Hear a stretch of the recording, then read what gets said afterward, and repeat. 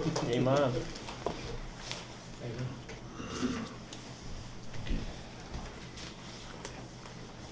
Happy New Year.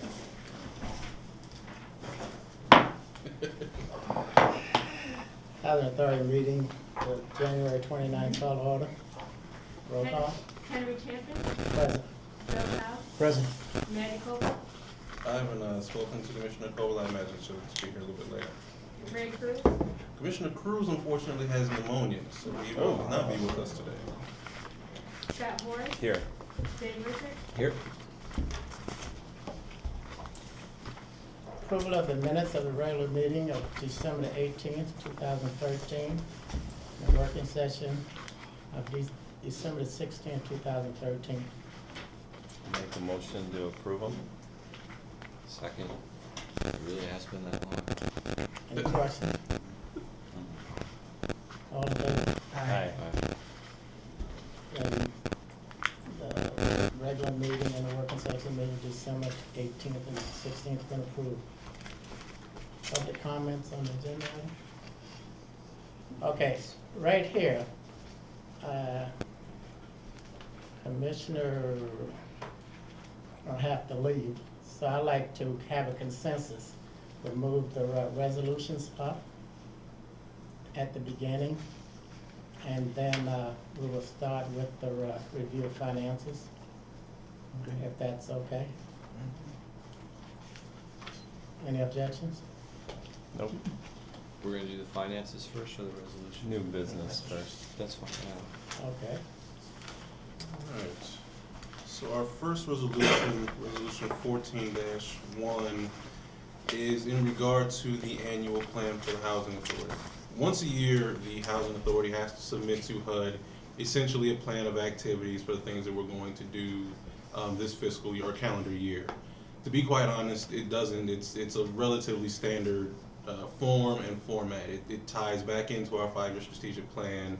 It simply kind of lays out for HUD the basis of what, as a housing authority, we intend to do. Any new programming, any changes to programming, any major development or disposition activity that we intend to partake. So as you go through the pages, and I don't want to labor you guys with going through every single page, but essentially what you'll find, I actually find, I know David gave it to me, is a pretty simple layout of, kind of numbers of units that we have,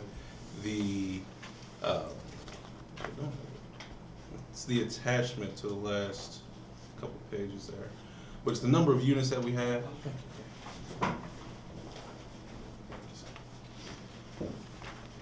The number of Section 8 vouchers, the total dollar of revenue and expenditures that we plan to have, all of our resources for the year. There are some items there, however, that you'll find that may raise a few questions. Obviously, one, our tiered housing program is listed there as an activity, which is something that obviously it's important that HUD understand what we're doing and approve of what we're doing.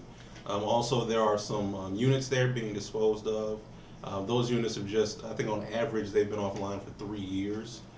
They're just a bit beyond repair from our standpoint to bring them back up to rental capacity. So basically what we're trying to do is cut our losses, offload the units to whomever would want them at fair market price, and be kind of rid of units that we weren't going to be able to bring back up. Anyway, HUD has actually already approved the disposition. We just need to put it out for bid and actually get bids for it. Get bids for Any purchase, for yes. purchasing? Yes, yes.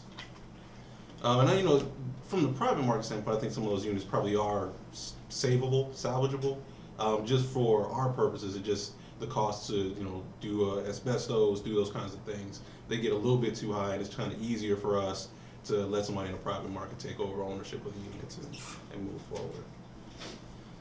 Let's see. It's a pretty lengthy document, but are there any questions about anything in the document specifically? I guess, as I went through it, my question is related to what in this document is kind of tied to like a memorandum of agreement that the AHA and the city passed a couple weeks ago, and then what in here may or may not be tied to that.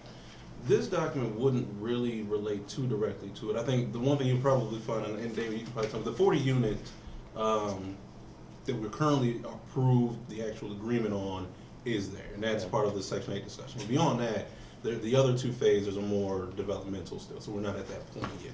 Yeah. And actually, let me let David just speak on it a little bit too. Well, there's a section, it basically covers 4 or 5 different things. I don't know exactly which page it's on. And unfortunately, the printed there is so small. But nobody at HUD ever probably reads it anyway, so it doesn't make much difference. But it does cover the new development plans. It covers number of units. It covers the fact that the city's working with the Housing Authority on that. HUD is actually very happy. I deal with HUD people regularly. The fact that we're not in contention with the city now, so they're pleased working together towards that goal. It doesn't give a whole lot of detail because it doesn't really need to. It's just an overview of what we're doing. And then all the remaining questions are basically check marks, and we insert various appropriate data in there. The biggest thing, Keith mentioned the tier issue, and I put it actually very late in the plan, and it's not really significant because it's something that we probably, I mean, it needs to be in there, but it's not something that is in contention with HUD, I don't believe. So, I mean, it covers all the things that we're going to be doing. It covers disposition, and as Keith said, that's already been prepared, already been approved. Pete's working with the HUD legal department. They have a declaration of trust, allow us to take those properties out of that, because we have to have a legal document that's signed, and unfortunately, it's taken them a while to respond. Pete says we meet with people in Chicago next week, so hopefully we can get that addressed. Then once that's done, we'll put the house, add the paper, basically, and sell them to the highest bidder at the appraised value. And I talked to Keith about it. We had recent appraisals done on them. Prices have been reduced greatly, but a couple of houses have a lot of code violations. That's one of the reasons why it was good for us to go ahead and get rid of them. And since they're being disposed of, the city's not going to be pursuing us in any code violations, etc. So, I mean, they're okay properties. They should be rental properties for somebody. They're just not practicable for us to keep any longer. And it took HUD probably 5 years to approve the disposition of those. So, I mean, you put things in there long term, and then finally hopefully you get an answer on it. When was the last time those were occupied? They have been offline and unoccupied on average about 3 years. Yeah. I think the least amount of time on any of them was like 250 days. And All right. then the more important documents, there's actually the annual plan, which is the way we're using our capital fund money. Right. And then there's performance and evaluation reports for the past 3 capital fund years, show how the money was expended, what we're doing, how we've done it, form, money expended, money obligated. And as I told Keith, we just obligated 501-12, which had to be obligated on March 11th. And we're already utilizing money in capital in 501-13. That would be capital fund 501-14 when those funds are approved. So basically, we're not giving any money back, which is always a good thing. Which will hopefully be sometime in October or August or September. And that's basically what gives us our capital money for operating things. And other than that, if there's any specific questions, I'll be glad to answer them. I did have a couple. I guess the first thing, being a local real estate professional and president of our Realtor Association, I would obviously recommend that we, rather than just putting an ad in the paper, that might be better and might be more beneficial to sell those properties a little bit higher to get a little bit more marketing and, list those.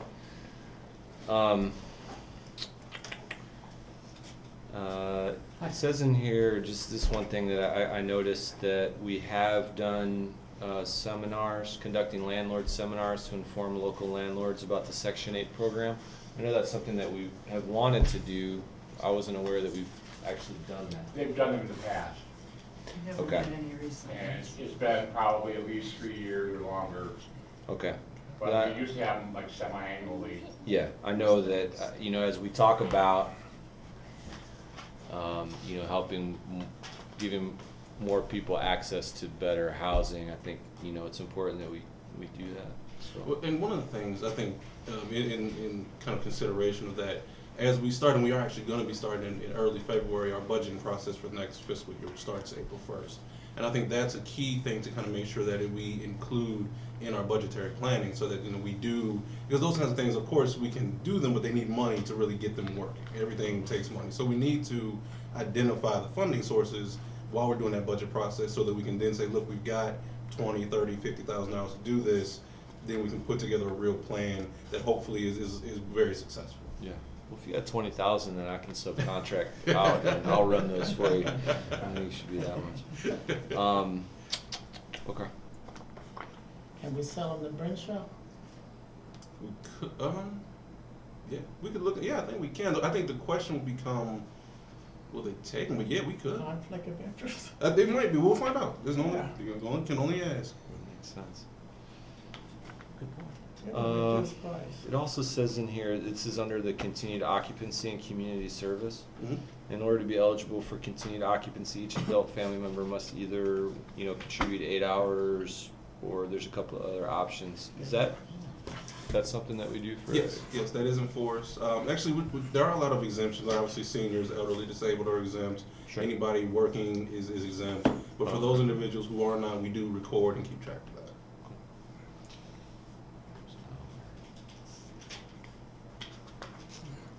Are there any other questions regarding the annual plan?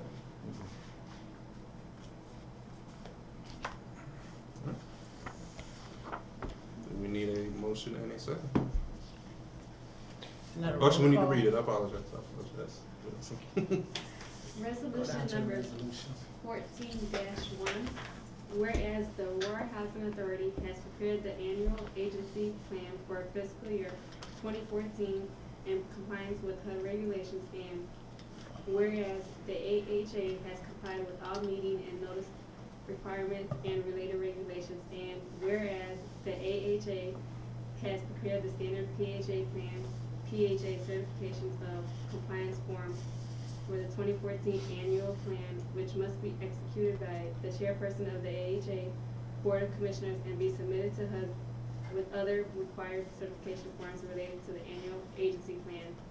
Now therefore be it resolved that the AHA Board of Commissioners adopt Resolution 14-1 approving the standard AHA annual agency plan for fiscal year beginning April 1st, 2014, and hereby authorize the chairman of the Board of Commissioners of the AHA to execute the PHA certifications of compliance with the PHA plan and related regulations, so it may be submitted to HUD.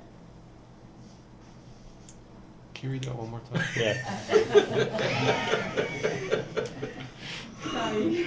Just kidding. Resolution 14-1. No, I was kidding. I was totally kidding. I'll move that motion. Second. I thought it was roll call. Roll call? Henry Chapin, Yay? Bill Powell, Yes. Maddie Coble, Yes. Scott Forrest, Yes. Dave Richard, Yes. Oh, that's it. Yeas have it, resolution 1401 passed. Our second resolution is in relation to the memorandum of agreement between the Housing Authority, the City of Aurora, and Brenshaw. And I know everybody got a copy of the memorandum a couple weeks back, so hopefully we've had a little bit of time to kind of look over it and kind of talk and chew it up a little bit. This is so that obviously we can have the framework to move forward on additional phases of affordable housing, and it also serves hopefully as some way to alleviate some of the fair housing concerns that exist. So to be honest, there is a part of this that is intended, thank you, to alleviate some of the concerns fair housing wise, but also to do additional scattered site phases, which, you know, when we contemplated the first phase, it was always kind of talked about that we would do additional phases. So this is just more or less a continuation of that effort. So as I imagine we have some discussing to do, I will now open that up to questions.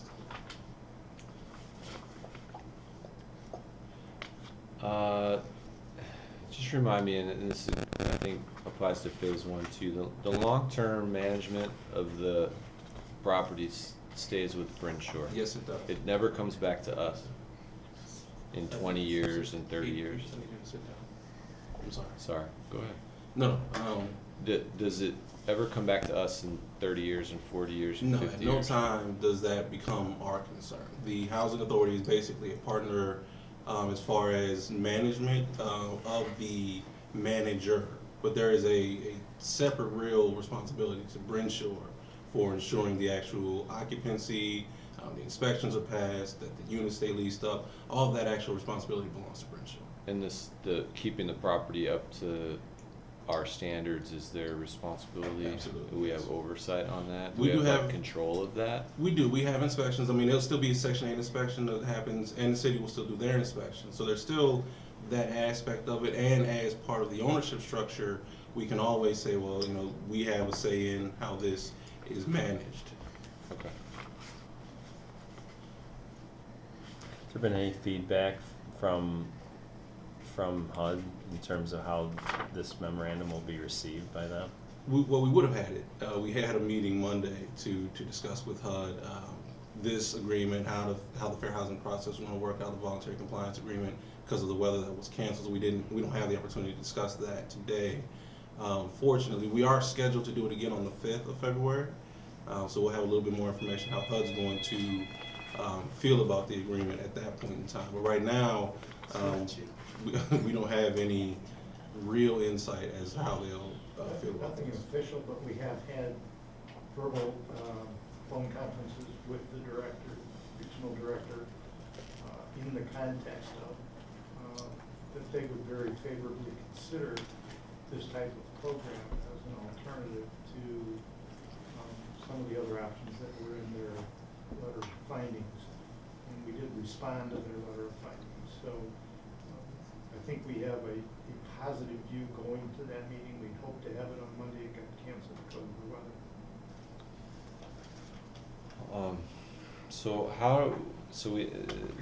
The Northern Lights Development Corporation, which is like the nonprofit arm of AHA, right? So there's 18% share that we have. So what benefits and what responsibilities come with that? Responsibility-wise, we really don't take on any management responsibilities. We're not, Brenshaw is completely responsible for that. They actually have to hire a management firm that's going to, I think it's called Interstate Management, who's going to do that piece. The benefit for us is actually just financial. We, as an 18% partner, get 18% of it's a calculation of a calculation, but you get a piece of the developer fee. It'll result in about $168,000 that we'll receive back from this phase of development. And if we decide to go in further phases, of course, there'll be. Do we have that agreement for phase 1, or is this something? Yes, new? that's the phase 1 agreement. Okay. That's the amount that we'll get for phase 1. 2 and 3 would have a similar amount, depending upon how much the developer fee. And then was. moving forward, we get 18% of the profits every Yes, year? yes. Okay, what about, do we get 18% of the losses?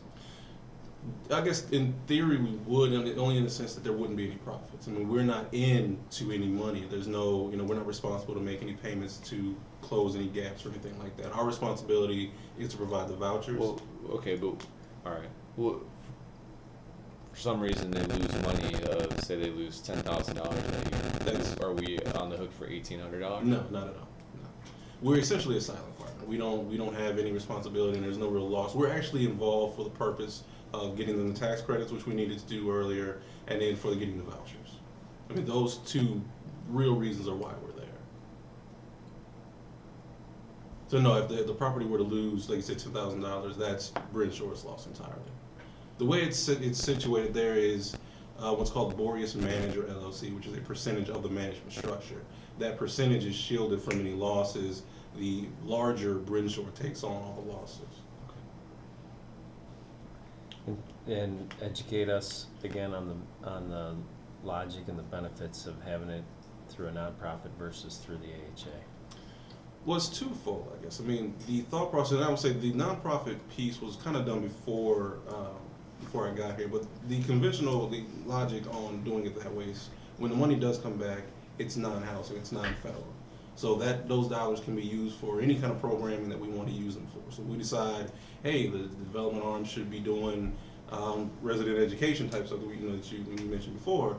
That's where that and right now there are limits to what we can do tenant service wise. So if we don't have Ross money, we really don't have a lot of flexibility for tenant service stuff. This is an opportunity for us to have funds for that kind of thing. So one is the defederalization of the money. Two, I think, is the ability to hold on to money. As a housing authority, as you all know, I mean, in the fall of 2012, they made us spend $525,000 of reserve funding. They're doing it in the same way with our Section 8 program. So a lot of times where we could just hold on to money, maybe invest it, just sit on the returns until a good project comes along, we don't have that opportunity as a housing authority. It's you get $1 million, you really need to spend the $1 million. As a development firm, as a nonprofit arm, we can say, okay, we've got $1 million. Let's really sit down and hold on to it until a good project comes along. So I think those are the two primary real benefits to us. And I think, again, the ability to engage in other projects. I mean, this doesn't have to stop with just the Aurora Housing Authority's projects. If another developer wants to get tax credits, they can come to Northern Lights and say, look, we'll make you a 5, 10, 20% partner just to help us get tax credits. So there are a lot of different avenues to which the nonprofit can help generate revenue for the housing authority. And those funds are unrestricted. Absolutely. That's where it's a huge benefit. Yeah, I mean, And that's we could like- really make a difference with some of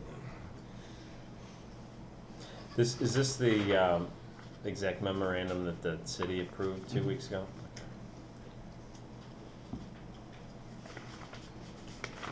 Any other question? Yeah, I think my only question left is, would it be better to see, I think we're making an agreement to start phase 2 before we've even seen how phase 1 goes. So that's just a concern I have that I wanted to voice. Well, I don't disagree, but the flip side of that is we got a citation from HUD, and this is a little bit of offense to try to. Well, let me, and I certainly, agree and understand that. That's a very valid concern. Let me add, and since you're, as far as the memorandum is concerned, and I just want to be clear, because I think I understand it the right way, but I might be wrong. If we decide at a later date that, phase 2 really isn't going to work for us, are we bound by this agreement to literally follow through, or are there penalties for not following through? Well, there's no penalties, and there are, we're bound to, in good faith, try to develop this as an overall program. And again, we discussed this with HUD in the context of this type of program will better meet the needs of any persons who were displaced from Jericho Circle. It will better meet the needs of those people on your waiting list than, for example, a mixed income redevelopment of Jericho would have done. In other words, it is a broader way to meet all of those things that they raised in their letter of findings. But obviously, the first phase has to work before the second goes forward. Brinshore has said that's true for them. The city has specifically indicated that it's contingent upon their donation of their $525,000. They've got the first 525 on the block already, but to go forward with phase 2, they've got to get the second block of 525. And HUD understands that, or will after our meeting next week. But yeah, I mean, I think that in terms of the memorandum, it shows a structure that in good faith all of the parties would attempt to implement, but obviously there's conditions and contingencies along the way. If it doesn't go forward, we're going to have to redirect or formulate a new plan, because we're still going to have to meet the requirements that HUD has said in some way we have to address. So, like, we're setting a path where all things being equal, and as we know now, everything that we can know now, we're gonna move forward with that. But if something happens to change anything, like, if we, if city doesn't get money, or we just are disappointed with how Brinshore performed in phase 1, that would We would have to substantially redirect, change that. However, whatever you're going to do, yeah. Part of the discussion with respect to Brinshore is they've done this before. They've done it in other areas that have been successful, so they have a track record with respect to this type of development. I think I just But have, they I just also- have a built-in distrust for, you know, it's, They also said when it first started too, that they redeveloped and also did the scattered housing and was successful. Keith, it talks about that the next phase would directly address and benefit the residents of Jericho Circle. Is it just as simple as they would be first in line to get access to units, or would the units be different in some way, or what's the thinking there? The units wouldn't really be any different. The idea is that they would have the first right to return. So when that second phase came online and said, okay, we've got another 40 units available, when they went through their waiting list, the first 40 or 93 names that they need to look at and go through are those of the previous Jericho residents. Okay. I guess my question is, why couldn't that have been phase one? I'm sorry, which one? You know, with the return rights, Mm-hmm. what I understand, phase one is for seniors and veterans. Mm-hmm. So why couldn't it have been the other way around? You know, I think at the time, when we were, as an agency, we were making that decision. And I think Brenshaw really, for the most part, has kind of dealt with whatever we told them we wanted them to do. And I think, when the board made the decision to go one way or the other, we started looking at financially how to make it happen. So the financial way at that time to make it work, which was, as I recall, and I may be wrong, and I have to check to be sure, is that they didn't have as much funding necessary. Remember, they were only going to do 20% of the units for our needs, and the other, 25 or so units or 30 units were going to be market rate, essentially. We came back to the table so that we could get more units out of the deal by stretching the amount of vouchers we were able to do. And the only way to do that was through the elderly and disabled voucher program. Not to say that they couldn't have done it a different way, just we would have gotten a much smaller impact. As an agency, we would have done it that way.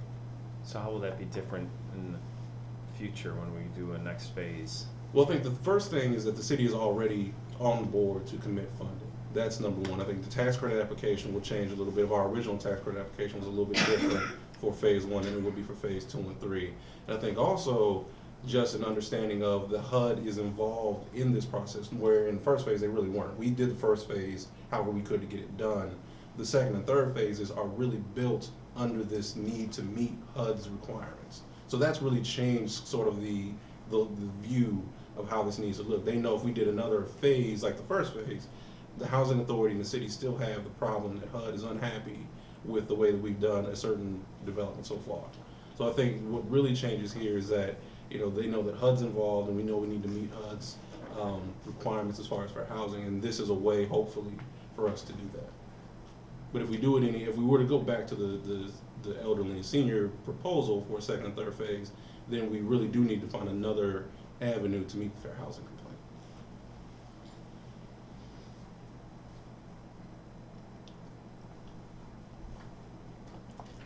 There's one thing in this memorandum that the part where the city of Aurora, and I believe Pete hit it, but I just have to ask the question. It says contingent upon on availability of federal homes and fundings. So that's telling me if the fund's not there from the federal home program, then phase 2 not gonna go forward. That's pretty much, yeah. To be quite, yes, that's basically the case. Yeah, Simply. and they've committed though that they will do whatever they need to do to get those funds.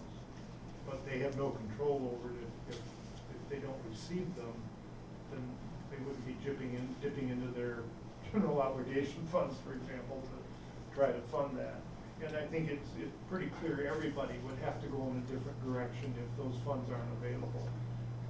But if they were, then everybody was going to do an HDA application that would have to get approved, and if that's approved, then it could proceed.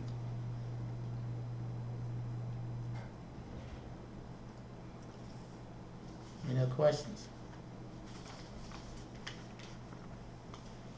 This is 14-2. Yes, sir. I make a motion to approve 14-2. Second. Roll call. Henry Campbell, Nay. Bill Powell, Yes. Larry Cole, No. Scott Morris, Yes. Dave Richard. yes. 3 yeas, 2 votes, did you say no? I said no. 2 nays, the yeas have it, 3-2. Resolution 1402 passed.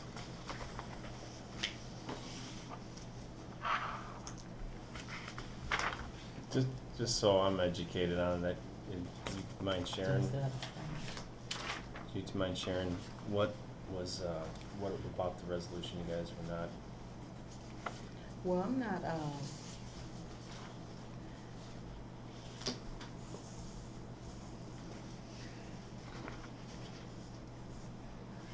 I can tell you why. I don't really have a full understanding of this.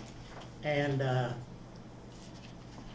I like the idea of compromising.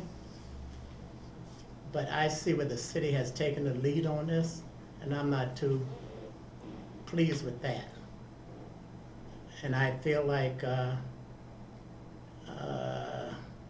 we should do some development down Jericho Circle. I know some people think that it's not gonna work, that there's a stigma, and I feel differently.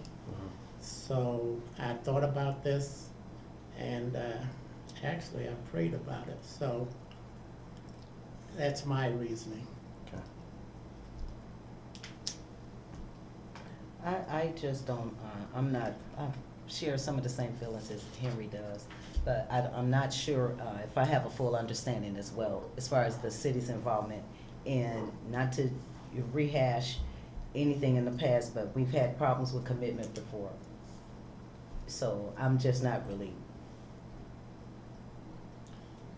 Is there any, and I'm not asking for anybody to change as well, I'm just simply asking, is there any additional information that you may want from me or from the city, just for your own purposes at this point? No. I don't know if it would help any, but in the discussions that I had with the regional director, the concept was at this point, you always have your options with respect to Jericho Circle. You're not giving those up in any way.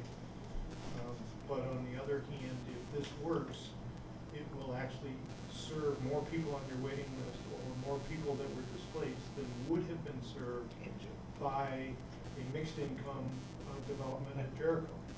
But if you get to phase 2 and it collapses and it goes nowhere, you still have your options for Jericho Circle. So that was one of the discussions that we had with the regional director, and they seemed to be positive on that. Yeah, I don't know if that's helpful for you or not. Yeah. helps. Keith, add one thing. I'm not sure if Maddie is thinking about this, but during all the discussions about Jericho Circle, the demolition and the future development, residents there were told repeatedly that they would have first options to move there. And I know a lot of residents, ex-residents or Jericho Circle residents are very reticent about the fact that now this is coming forward and they're not having the opportunity to move back. We kept very good records to make sure we know who the residents are, where they're located, what their last address was. But I mean, I do know I've gotten phone calls from prior residents, and they're very unhappy about the fact that they can't move back there. And when they found out that they were doing development in the city, they wanted to know then why they couldn't move into those scattered site houses, which is what basically house of trade. And I mean, I'm just bringing that up because as I say, I was there at all those meetings, and even the developers, proposed developers, and prior firm that was doing the work promised the residents that they would have that opportunity.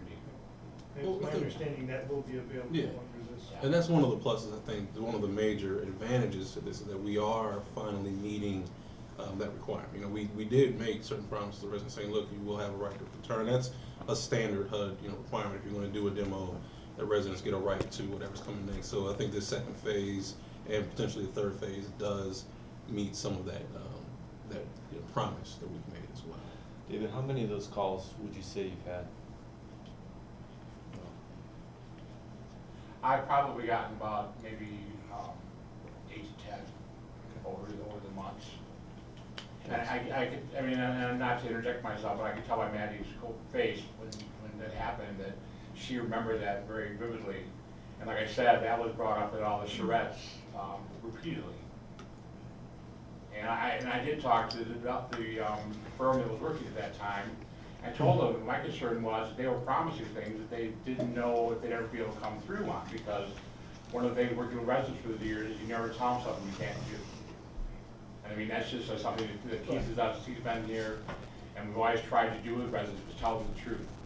Because there's nothing worse than lying to people. That's good customer service. And I know, I'm talking to Maddie, and a lot of the other residents all throughout the process, they kept worrying about the fact that what if? And, I mean, I was there then, and Keith wasn't, unfortunately, because I'm sure he would have probably expressed some concern too with the developers, which was Orlando and Joe Galvin. And they were being very optimistic and very, you know, very dramatic about the whole thing. And I mean, I talked to the residents regularly, and I mean, it really, really hurt them. I mean, you can't, I mean, that's just something that, you know, that's in their hearts and in their minds, and they remember that. And like I said, I think with this phase, we hope to address some of that. And of course, there was probably would have been a little difficult for everybody to get everything they wanted. And we really feel like what we have is a valid amount of compromise. I mean, the city's kicking in dollars, we're partnering. So I think for once, everybody's kind of given a little to get a bigger picture kind of deal. I just want to really make this statement. And I understand both sides. We've been through it for a couple of years and stuff now. 93 people moved out. If we redevelop down there, 10 families would have been able to turn around and move back in. 93 people now are living, hopefully, somewhere that is far better, in a far better condition than that housing complex was. So I'm comfortable in the fact that they're living someplace better, because I was out there all the time, than the conditions there.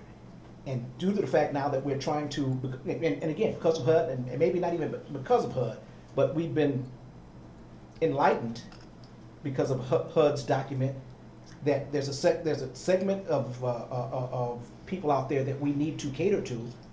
Now we're going to be able to do that with this resolution, and that's why I voted on the resolution, because I think we're far better off going in this direction than the other direction that we're going to go into.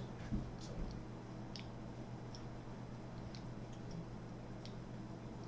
Ready to talk money? Financials are up. For the year-to-date, for the month of December, year-to-date, the Housing Authority has a $282,000 net profit. So the good news through the holidays is that we didn't go spending all our money on Christmas gifts. We have, that comes from roughly $9.1 million in revenue and a little bit more than $8.8 million in expenses. Programmatically, the public housing program has about an $813,000 net profit. Section 8 program, we're actually continually decreasing the loss in that program. Had another positive month, so that's down to $78,000 as a loss. You'll see that overhead or central office costs are about $450,000, which are spread between the two programs as far as the allocations there. Are there any questions about the internal working of the financials? I just had a real,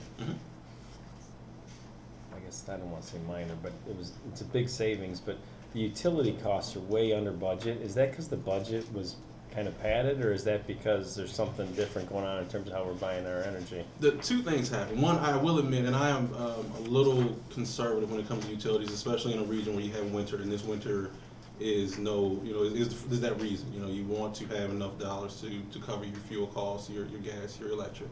The other thing that happened earlier in the year, we did and the Housing Authority has at least for the past probably 5 or 10 years, had a long-term agreement by which we purchase fuel at different times of the year. We purchase large allotments of fuel at fixed prices. We did our purchase back in the fall, just early in the fall, when prices were at a very low point. So we've actually just had a significant amount of savings where we're purchased at something that's probably about 20 to 30% below the current prices on the market right now. Now, we did not lock down 100% of our purchasing. We only did about 45 to 50%. We did want to keep some flexibility in case prices continue to decrease, but we just so happened to really have excellent timing as far as when we made that lock. Who does that for us? Centerpoint Energy. They are out of, I want to say, Is it Ohio? No, well, they're headquartered out of Ohio. Their office, They have a local office. It's up off of Butterfield, I think over in Glen Ellen or Lyle, somewhere in that area. Any update from, did we lose some money during the sequester? I mean, do we have that back? Have they, what's going on with that? There's, I guess, bad news and good news. The bad news is we didn't get any money back. The good news is they're not taking any more. Basically what happened, and the first 3 months of the year, funding-wise, are a little flexible. You get a proration number that doesn't stick, and then the rest of the year, HUD's either finishing off the cuts or they're adding money back. Right now, we're at 83% funding in our public housing program, and a very small bit higher, 84-85% funding in our Section 8 program. So We budget for like 90% or something? we or- budgeted for this fiscal year, we budgeted at an average of, I think, 89 to 90%. Now, what I'll say is the first 3 months of the year, like I said, are very flexible. HUD basically doesn't have a real grasp on their budget yet. So in March and April, we'll find out really what we're going to be seeing for the remainder of the year. And what they'll do if, say, the proration, because it's not 83%, that's far too low. It'll probably fall around 87 to 92%, depends on how much money HUD got in the congressional budget. As a result, they'll spend the next 9 months of the year making up what they didn't give us in the first 3. So you'll see, we're actually eligible for, I think, somewhere in the area of $200,000 a month in operating subsidy. They will probably end up, if we were to get, say, 94%, we would see about 195, 196, which is around where we are now. It's a funny system. It's one that doesn't work, but we got to live with it. And so when we look at like the revenues and Mhm. our income, and we're down 13% for all accounts, it looks like. That's still a main reason, is because Yes, we that's- don't have that, that is the reason? That's the only reason right there, yes. Okay. All right.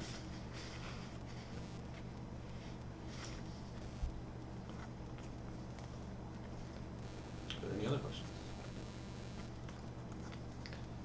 I'm just gonna say my patented thing that I say every month about, I just, the money that we don't spend in maintenance that we have budgeted, I just keep getting fearful that that's gonna catch up. It makes our budget balance, Mhm. but that at some point, if we're not maintaining it, everything, then that's gonna catch up to us. Absolutely. And I will say 2 things about that. One, I think some of the evidence that we are, Is the video on, so I don't have to say that every month? we know what we'll do. We just play- We'll just we'll play replay back it. Yeah, like I the- said, yeah. They are They're getting more efficient. Why they saving money?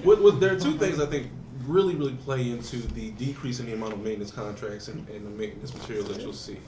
The first is that as you look to see, we're getting better. Our scores are continuing to climb. I mean, our physical assessment scores since 2011 have climbed dramatically, and I have to credit Jimmy and his crew for really working hard to repair our properties and maintain items. Carlos has done an excellent job of bringing in new systems, new boilers, doing some of these upgrades that make the properties a little easier to maintain, so it's not as expensive to upkeep them. The other thing that we've been doing, and David and Carlos have been just magnificent at, is one, and I always say Carlos, I'm sure Carlos is in some, underground organization, because we get extraordinarily good pricing on our vendors, but also, and one of the things that because I actually have shared your concern especially after the first thing you brought it up, I wanted to make sure that we weren't maybe missing something in the financials that just maybe was falling through the cracks. We have roughly about $1 million a year capital budget. And a lot of, and I actually pulled our capital expenditures, and I don't know if I brought it with me, but I'll get that out to everybody. There are about $590,000 worth of capital expenditures that would be on your operating statement that are being reimbursed to the Housing Authority. So we're putting them under the capital program versus the operation. So it's actually, that's where those savings are showing up. So we are doing the work. So I don't want you to think we're not fixing things. It's just that the program that's paying for them is separate from the operations. And like I said, I will get that down to everybody tomorrow so that you have a full list of all the work that's been done. But it's a very long list. And like I said, David, Carlos, and Jimmy have all been really wonderful about identifying areas where we can be reimbursed for work so that we've got money freed up for other things. That's how we're able to do your Brighton circles and your Manners, how we're able to do a lot of these upgrades, is that the capital fund is really taking care of these bigger maintenance issues.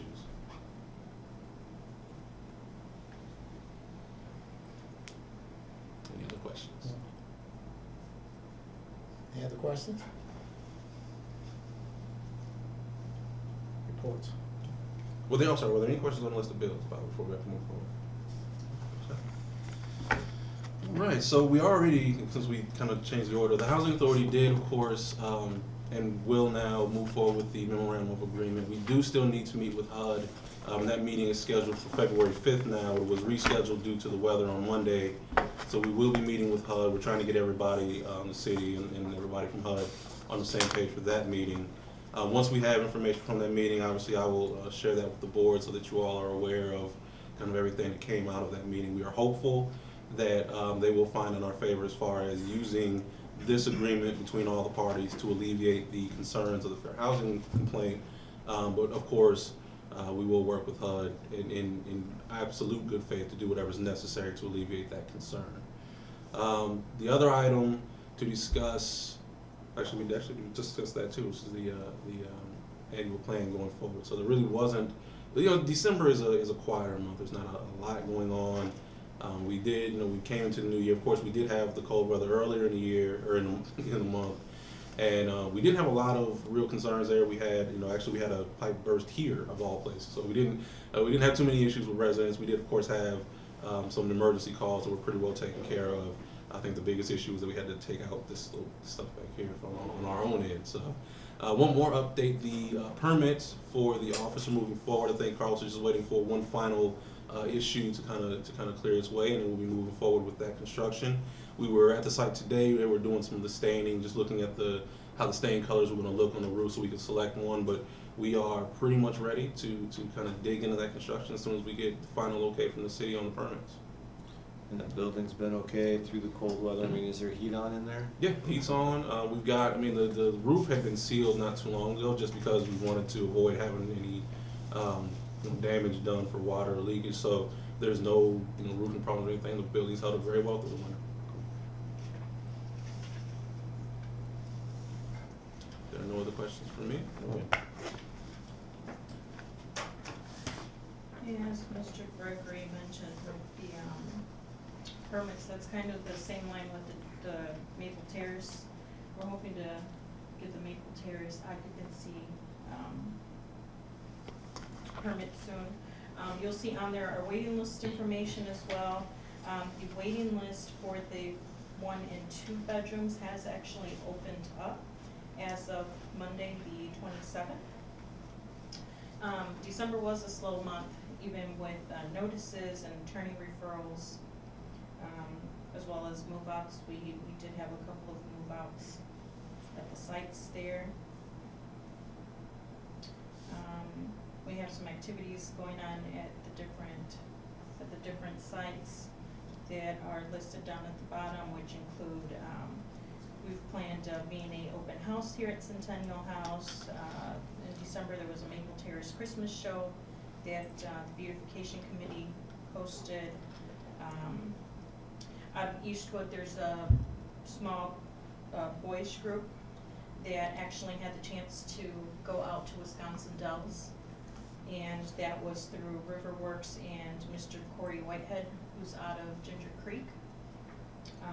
So a couple fun things that they got to do there. Other than that, it was a slow month. Any questions for Marie? How is the, how's the Maple Terrace Council working out? Our liaison is there now doing the trainings. So I actually attended the first training, that was Monday. So I attended that training, and there were 20 people who came out to do the education for that. So it looks like a good crowd. People are excited, want to be involved. So that's a good thing. It was, as far as I understand, relatively orderly, so there weren't any arguments or anything. Good. But no, the training started, like I said, they had a really good turnout, and we're expecting to do, there are a few more sessions they're going to have. They're actually doing the entire training in one session, so they're going to hold that a couple more times for people to have an opportunity to come out at different times throughout the day. But at the end of the day, I think the election is scheduled for early February. I don't know if we have an exact date yet.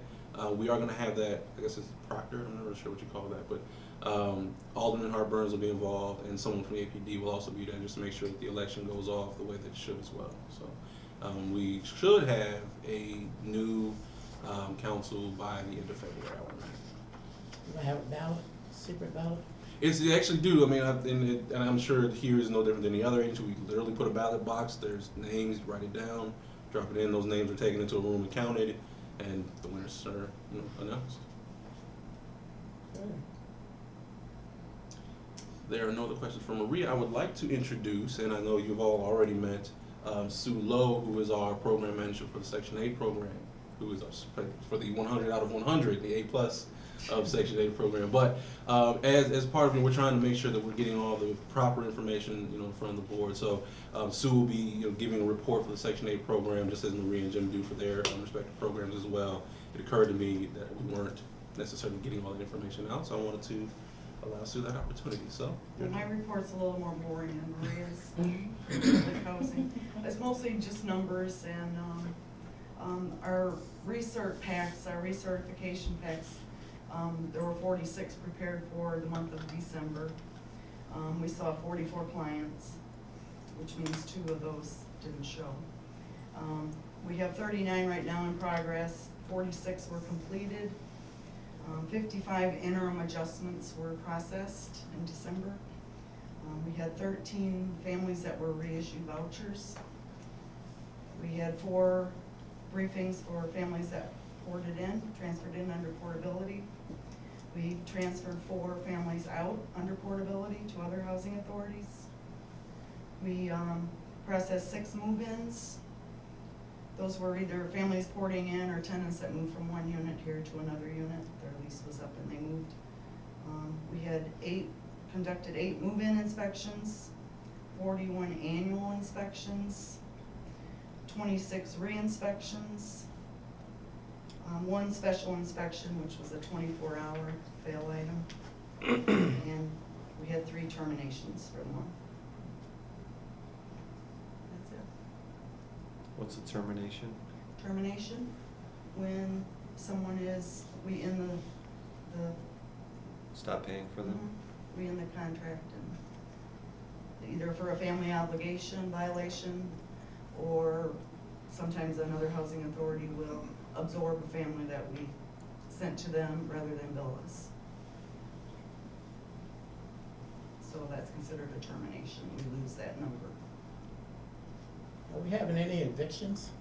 Seems like I don't That would hear be that under word anymore. termination. Oh, that would be under termination. If a family's evicted in Section 8, it's with the landlord. The landlord would evict. yeah, that's not as far as the obligation of who determines whether a family stays or not. It's not as much with us as it is in the public house. Oh, okay. Yeah, they terminate, but then the landlord has to evict. Right, exactly. Still learning. We all are. Do you have numbers about the terminations, like what The is there reasons. most, yeah? Well, there was only 3 for the month, and I believe these 3 were all absorbed by other housing authorities, so I don't think that there was any due to. So they're terminated with us, Family but another obligations. housing authorities Mhm. then would be responsible When we send a for paying family, the they can landlord. absorb them or they can bill us. They have the option. The housing authority does. The Section 8 program is a little different than, it doesn't, some of the programs, the portability program doesn't always make sense as to how things play out. So what happens, if a family starts here and then they decide when their lease is up, they want to move to Hawaii, for example, because they're tired of the cold weather, they can up and move, and their assistance goes with them. So we would end up paying the Hawaii Housing Authority, Honolulu Housing Authority for their voucher. At some juncture, though, Honolulu may decide, we need to fill a voucher spot. So we'll take that family into our account. So from our point of view, it's a termination because we no longer have to pay for them. But that doesn't mean that families without assistance, they just move their assistance to another agency. There's legislation in front of Congress now to try and change how the program works because portability is very confusing. You lose money because agencies that, somebody moves into your jurisdiction and you don't get paid, or they move out and you don't really know where they are. If somebody moves to Hawaii and their rent is twice as much there, do we then have to pay that new rent? Yes. Yes. Yeah, that The only doesn't rule make is any that the sense. family has to be income eligible for that area, Right, so. right. Now, we can file with HUD a kind of complaint, logically, basically saying, look, we can't afford Hawaii's payment standards, basically. And it's met very rarely with success. Essentially, they feel that the money isn't yours really in the first place, so it just goes. Yeah. But I've seen, I've heard, I've seen, but where housing authorities, for example, if New York City is where a ton of people all of a sudden ported out to, and you have 20 families that all of a sudden went to the city of New York, that's just not feasible for most housing authorities. So you may get a break in that case. Okay. Any other questions? Scott's missing the best part here. I know. Usually at the beginning of each year, we try to do it at the end, but everybody's on vacation and stuff, so we try to get together at the beginning of the year and just kind of go over what worked and what didn't work, or where we can kind of improve and service our residents better. The more we can service our residents better, naturally we're going to be more high performers. So, and I got all tech service together, not just maintenance, but inventory specialists and contract specialists together, and we kind of came up with ideas of maybe restructuring some of and assigning one or two guys to specific areas, because now that we got maintenance person in each area, they're kind of like a jack of all trades there, and they are pretty much masters of all. So lots of times when inspections come up, city inspections, any type of meeting with contractors or fire department stuff, it takes away from the guys, the routine and stuff, so it kind of slows things down because they got to put their stuff away and stuff. So we kind of assign certain guys to kind of be like the liaison and just go out there, and that's kind of their duties along with the work orders, but most of the work orders will be stuff that they can pull away from at the time. Over at Maple Terrace, it was said hopefully in another couple of weeks or so, we'll be able to get occupancy for the other side. In the meantime, we're hoping by then, we'll pretty much have all the units ready, so when they open the site, that we're ready to go. Just like everybody else, the weather has just been beating us up, and the maintenance guys have been terrific about that. Sometimes they've been coming in early to make sure that everything's salted and stuff, staying later and stuff like that.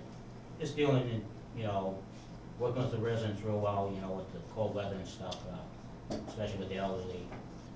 It's kind of hard to keep them as warm as they like to, so, guys have been really good working with them. We've been adjusting the boilers and stuff and checking out furnaces and stuff like that. Like Mr. Berge said, we did have a couple of busted pipes, but they addressed it fairly quickly, and there was very minimum to no damage in some of the units and over here. You can't even tell can you find out where the pipe was busted? That's all. Dave's cheating is a realtor, that's not fair. I'll look later. I can't tell for now. Well done.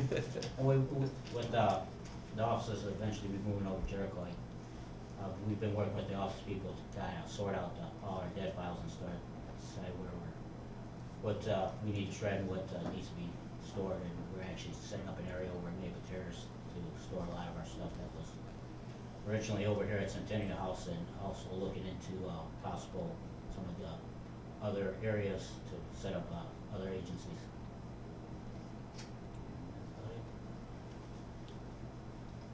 Any questions? I would just like to add briefly, and I know I kind of missed this too, I didn't put it in my report, but some of the things we've been looking at for 2014, I know we discussed how we want to move the agency's image forward. We're actually trying to get engaged in a couple of different partnerships with other nonprofits or other service entities in the region. So one of the things, the biggest thing I think we're looking at right now is a potential partnership with VNA to do on-site health care. We've been talking with family counseling to do behavioral health care as well, on-site, potentially in units, but with VNA we're actually talking about setting up shops that we've identified a space in Maple Terrace. We're identifying once we leave the space here where they can actually set up an actual shop. We're trying to get a dentistry set up so that there's at least reduced costs, if not free, dental care. We're working, and I don't know how it's going to work out, we're trying to get gyms, trying to build healthier residents here and at Maple Terrace where there's internal space to do so. We've been looking at obviously security to kind of make sure that our properties are maintained properly and that they're secure. So it's just been a lot of activity kind of behind the scenes to try and build partnerships in the community, working with the Quad County Urban League to look at some educational opportunities, just so that as we go down that 5-year plan, that all of the items are included. We don't want to leave out, we don't want healthcare to be a thing that we leave out. If there are residents who, and there are organizations who at no cost to the agency are willing to provide that. Kind of the same thing with the educational, if there's a Wabanzi or if there are programs that the Urban League might have where we can kind of get involved and get them involved in the residents here, we try to build that this is a temporary stop and we're providing the tools to make it so it can't be a temporary stop if we're not necessarily bringing in the resources to help make it so. So I just wanted to share that. Good. I have a question. Yes, sir. Now, we had some people in the program. Have they gained any employment yet? In the Ross program. Yeah. Maria, any more questions? From the agencies that we had spoke about in the past, no, for various reasons. Some just because of medical conditions or something. Okay. Weren't up to par. There was one who didn't want to start at minimum wage, so decided not to take the job. So various reasons. I do know of one other one who was through an outside company that we were not tracking anything with. It's actually a federal job. She's doing great. Oh, good. Mhm. Success. One of the challenges. I saw Linda Chaplivia on her newsletter. I got that. Yeah. And so she sends out job postings in that, which I thought was really cool. So, Well, and I actually was about to bring that up. One of the challenges we've had is really understanding what motivates. Because like I said, we had ATMI who wanted to hire residents, and we did have some difficulty really getting people to stick with that. And I think part of that is really taking the time to understand where people are and really how to get them in a place that's going to work for them. Maybe ATMI wasn't the right kind of job. Now, to today's point, and I actually had a conversation with Representative Chaplivia in regards to finding opportunities for people, and she's actually offered to kind of help us kind of identify groups that might be looking for help, might be able to assist people with either if they're not ready for the job with job training. So, and I am actually on that email list as well too. So we do have some of the same information to try and just spread that out through the community so people are aware of at least what's available. If there are no other questions. Any other business to come before this board? No, sir. Meeting adjourned at We can get the 5:40. Motion. Oh, give me a motion. Second. I motion. Second. Who's second? Second. Maddie. I'm waiting for Dave. I'll say yay. Yay. Meeting adjourned. Thank you all. Dinner time. Yes, sir. All right. Sorry, I was right here today, so I missed all the fun stuff. It sounds like. How you doing? I'm good. How are you this year? Good. Yeah, it's weird. It's been. I know. The month of January is gone already. Yeah, you know what I'll do? I'll first email you. I know you got some other stuff. So I'll email you.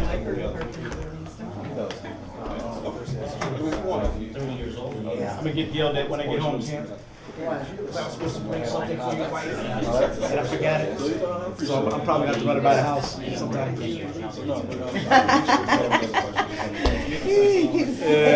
How's your wife doing? She went back to work Monday. Oh, good. Yeah, so Very she's, good. That's great. so far so good. You know, she went to the doctor last week and the doctor cleared her, said everything's looking real well, so. She probably knows we're back at Mayan full time.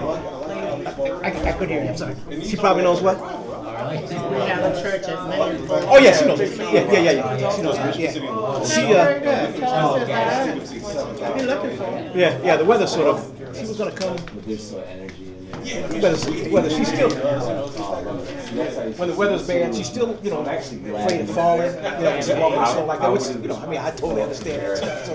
So her intent was, she was gonna go, and she said, well, the snow, I'm not gonna drive, and stuff, so. But yeah, she knows you're back. I've been home a couple times. Okay. His son goes to Yuku Valley. And I've been wanting to go see him later. Well, my little guy, I'm looking at his spelling bee in his fifth grade. He came out number 1.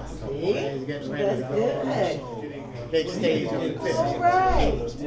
That's great. I know. So these kids, have a conversation on school playing parties. How are you? Good, how are you? Good. 7 years old, she's back in school. Where's, what's her Oh, well, name? she goes around, she tries to talk to these kids on campus. Vanessa? Yes.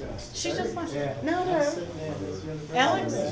Yes, how are you this year, Alex young is still man? around. Is she? She's doing the occupancy stuff now. Oh, she has no time for us. You're about to lose Vanessa Yeah, we're too. losing Vanessa's, My Oh, assistants keep getting. she's actually not even the assistant anymore. Yeah, I'm without an assistant right now. I just did interviews. okay. So Vanessa just got promoted to Yeah. finance That's specialist. great. Working out well. And That's Alex is good, an right? assistant. Yeah, definitely. Okay, I will, One definitely. step at a time. You know? All right, executive director, that's great. No, we're That's trying I to tell build them people. to stop. And then, like I said, it's not like they didn't deserve I it. know they were Harvard, so you could. Yeah, I'll be around. I'll be around. Everybody. You're not going tonight, though. Does that make any difference? No, I gotta run, well, I gotta run up, I think I have to run up to, on the TV. All I got right now is me with carry on. I'm glad you did it. And I'm just thinking because he wants to. Chairman, Chairman. Carian. And that's Before you go, I just need you to sign some response. okay. That's what I used to say. Because he is, and he's But he, and at the end of the day, I came know out some number of one in his class in spelling. Nice. But I know we made those problems. I've read Next it, month, and they I'm said, gonna be on stage competing. So I had a list of words, we went over today, part of them. and I'm just And gonna. I'm gonna have his friend go over them with him tonight. That's a nice Yeah. surprise. But rather cried when I told And him. then we went in a different direction. So it just needs to. Good. And so people still have some hope. And, Is this this long-term thing you were talking about? What's that? Plan, have we discussed? Oh, no. This was resolution one, right? Yeah, this is just the AHA. Okay. And so people are, not that, people will pay me, make me or break me, but oh, what, she was voting this way, and all of a sudden, I have to take all that into consideration. And I certainly know. And I know I don't owe anybody any information. But at the end of the day, take care, sir.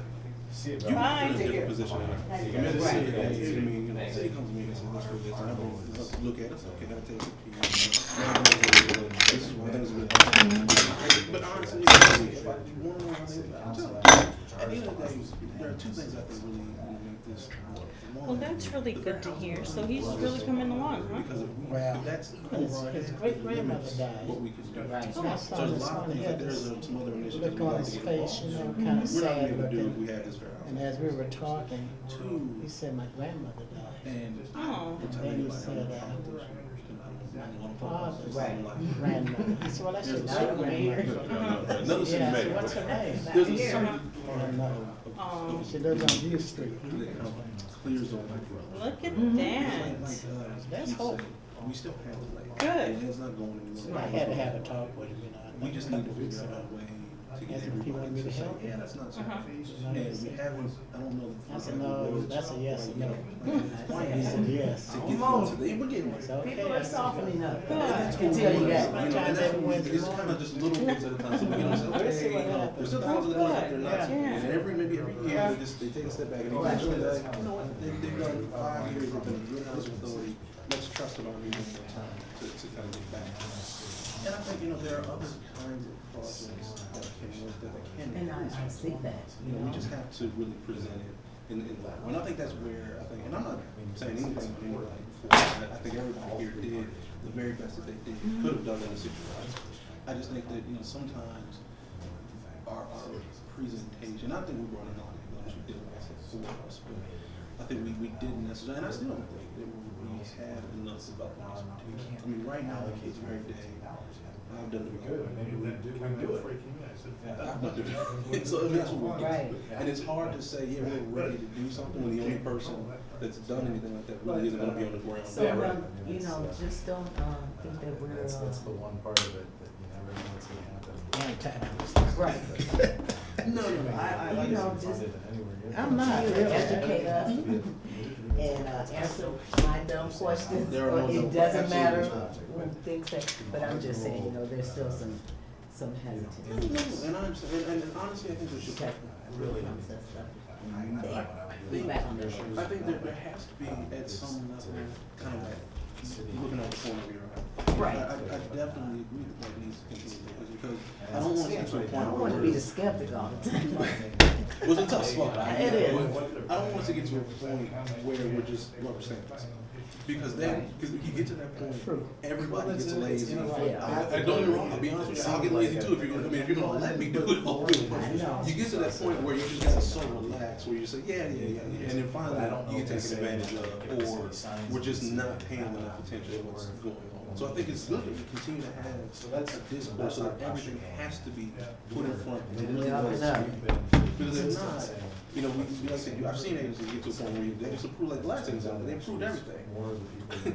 I got a call last week, the ED called, and she's like, Keith, I need you to come back. I was like, what are you talking about? She said, well, her old CFO, well, just relax, I said, we got no money.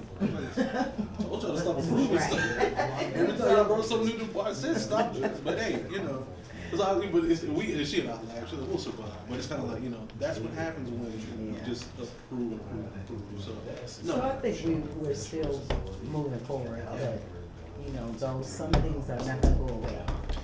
No. They're just not. No, there are some challenges we're gonna have. You know, and it's, you know, certain groups, it's a problem. And I don't know overall whether this is the problem, but I think part of it is, there are some groups of people who are willing to speak very loud about how they feel. And then there are other groups who really have those feelings, aren't either able to or willing to speak exactly about them.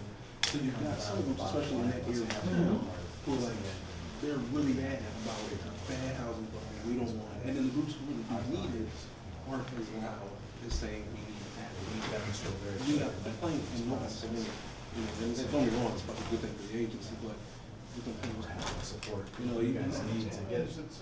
Go ahead, I just wanna ask her something. Southwind, Well, right. has it always been like it is now? Cause it really But I looks, think we've kind of accomplished with your first one. they're just asking, cause I don't know. Southwind? We redid that in what, 2009 or 10? I mean, but was it like East Road Jericho? Or to say that this plan is Okay. gonna meet our Okay. requirements on the letter. What, the street, I was going, Rungy Lane, Rungy Parkway, Rungy something? Oh, okay. Okay, I'm just, cause we said we were gonna do something for her. Well, she, you know, she made me promise that I wouldn't do a resolution. Okay. She emailed, she told me, she made me promise not to do a resolution, but it's been a while now, so yeah, all right. Yeah, absolutely. Okay, I just want, What I haven't told Carlos doesn't know is Carlos has been just, this doesn't happen. So, and he doesn't know, I'm gonna actually name a board on, it's gonna be the Carlos Glenn show, so. He doesn't know that's yet. nice. I He's can see been- him red, turning red. I mean, he has been just absolutely is great. phenomenal. He and I were talking, we're gonna do, we're actually adding, not adding, we're kind of sectioning off a department here, it's gonna be a special projects division. Carlos is gonna lead that, Judy, Vanessa just left, is gonna be part of that division. They're gonna work on, you know, we've got tons of these really unique kinds of things going on, and we need to have a group of people focused on them, so everybody else can keep going kind of the day to day. So Carlos is gonna lead that group and really work on, you know, upgrading the house, doing the office stuff. A lot of different projects. We're doing an internship project. We're gonna hopefully have Paul University on board for that on Friday. So we'll see how that goes. We're gonna have 3 to 5 college students in the summer. So slowly but surely. Not a lot of people in the house. Well, and I saw that they were invited. It's Not a lot of young people. no, you know what? You don't, because and that's the problem. There's no. That's why I wanted the internship program. There's no lead in to this business. You accidentally. Right. I was gonna say. It was an accident for me. I wasn't working, or I was, and I wanted out of the job I had. And I said, look, you know, I was just applying places. The housing authority in Pittsburgh, they were hiring for a job, and they didn't give it to me. And then like 2 months later, they called and said, hey, we got this other job. Why don't you come take it? I was like, okay, fine. And it's been, you know, it's been great. Once you're inside there, a ton of people who are willing to help and show you. I've been the benefactor of some great, you know, like my old operating officer, Black Caster Benny. He used to sit me down in his office. I worked for him, and he would just say, look, this is what you do, this is what you don't do. This is what you do, this is what you do. You make a mistake, it happens, move on, you know. So you got these mentors in the industry. You just have to access them. And once you're inside, you're access. But I want to start to build this, you know, I think Aurora's a good place to start. Get these young people right out of college to It can't understand that get, there's hopefully it can't careers. get much worse than that. And there's a lot of that, there's finance, And there's that, accounting, and all these different things that can be done. And if they start here, this will always be the center of the kind of recruitment Yeah. movement of housing. It will be the place where the great minds come from. So that's gonna be something. One other thing, Yes, sir. Lynn Birch approached me sometime in December. Mhm. I said, you gonna give her a call? She's still around. I haven't forgotten about her. I know I she. told her, I said, well, just wait till the first of the year, after the first of the year. So I just thought I'd mention. No, I haven't forgotten about her. She's good. You know, I wanted, and I told her I wanted to bring her in. When we start doing the market, we're gonna do big things when we open it up. Unless it comes down So we wanna do it at that point in time, I wanna market all the stuff that we've been doing kind of behind the scenes, internship, partnership with the VNA, and all these different groups. We're gonna roll out the new website then, logos gonna come out then. It's that kind of time. Thanks, Spring, Mark. summertime Thank you soon. is gonna be a real big to-do. Thank you, B. Thanks, good Good night, Pete, be Yeah, safe. we've got, Good night. we got the fifth. Okay, cool. I'll email you tomorrow then, just to make sure we're on the same page with that. You know, let's talk at some point. Okay. Just, Absolutely. let's, just have a quick conversation. I just had one with Pete, but I'm out here. I got another meeting. I think we're good with, and Pete and I discussed. Okay. You too, thank you, sir. No, All we're right. good, we're good. I have actually, unfortunately, I've got another meeting here, but let's just make sure, the main thing. I know. And I think you know this, from the last meeting, that is, our posture going into this. We will demonstrate, and as part of the council, and try to, we would have had them allocate the funds for phase two if we could have. That's 2015. And I think they would have done it. So we're gonna demonstrate our commitment to, our goal is not to be a party to the BCA. I think. Yeah, no, I don't want that. No, we don't expect that at all, under any circumstances. What, because I think you guys party to it, kind of bring you almost too close to it all, and then plus, of course, that makes it kind of puts you in a little bit of a liability situation too. I guess if it doesn't work. Well, but again, but at Pete's point, I think one of the good things that would be good to do, and he's, I don't know whose idea it was, but just to have Bryn Short be involved, they were certainly very helpful. Absolutely. Other meeting, is to help them, have them speak about the merits of this, how well it scored this time Mhm. around. Donnie was there at that last meeting, just saying, it's just a matter of when IDA will fund this. And, they're, essentially 99.9% confident, maybe they won't fund it, in First this round, December but it'll round, be, but in the March round. Yeah, so we certainly, and of course, we have a very close vote today, but. Well, and again, that was, and I apologize, I don't know if I could have changed that by being here or not. No, I think, at the end of the day, I think, I know. we're probably gonna continue to have, a lot of discussion, close votes in regards to stuff like this. Yeah, And that's, and Pete explained some of the comments, which maybe might be helpful in explaining to HUD too, is just that really the logos didn't actually have to do with the specifics of this. Isn't it, yeah, and they, no, I think Chairman Chapman and me both kind of said they're not opposed to what we're trying to do. They're skeptical. And I'm not gonna say not rightfully so. They have their points of view as to why they feel that way. But at the end of the day, at this point, doesn't matter. So, But that's the part that I want HUD to understand is that, it's not necessarily that it was as close, well, they're not. It's more philosophical than it is opposition, Right. And part of it is the fact that, again, the city would have supported it, they probably would have been happier, everybody would have been happier if we could have done all 80 units at once. Yeah. It's just Bryn Shore said it wasn't feasible. Well, I think, and then kind of, when it starts getting that close, it also begs the question as to whether or not anything's vote on. Because she sees the benefit. Right. It's interesting, she would vote no, don't necessarily, but, there's some other questions in there as to, what should really be being done, so. All right, because I sort of suspect that's been part of the previous administration. Made lots of promises and things like that. And I read the document, I know what was said, but the development was said that isn't here. Yeah. And that's why they're not here. They made promises to keep. Bryn Shore hasn't made a promise they can't keep. Bryn Shore has the problem. They walked away. Yeah. Those guys. Bryn Shore would come in and say, look, whatever you want us to do, we'll figure it out. And they've done that. We're, as an agency, changed our minds, which is why Bryn Shore changed course. I don't deal with it was a CG or whatever it was before. I think there was somebody before them, right? No, it was, there's Joe Galvan, so Okay, it so was, it's- it was CG was Core, which is the partner, and then Galvan Associates, so it was the G, so C&G. They were the ones that, but it was a long process before they finally then just sort of Yeah. walked away. Yeah, so I mean, all of that. And they walked away having, fallen flat on their face in their tax credit application. I mean, it scored miserably. Yeah, they never actually called us and asked for money. No. No, They called me, it was earlier on when I got here, and they were like, yeah, we're owed dollars for the work that we just, I'm not paying you for that. You kidding me? Like, but they actually had I remember calling Sharon, no, I was like, Sharon, why am I even getting this call? She's like, oh, because they think that they're entitled to overhead costs. They failed in the application, that's what happens when you fail. Right, they failed miserably too. And then, there were previous accusations that it was because, the mayor didn't write a letter of support. Well, if you look at their scoring, there were like 12 categories where they scored 0 points on or something. Yeah, I mean, even with the letter support, that doesn't help. They were nowhere near. Are we on TV still?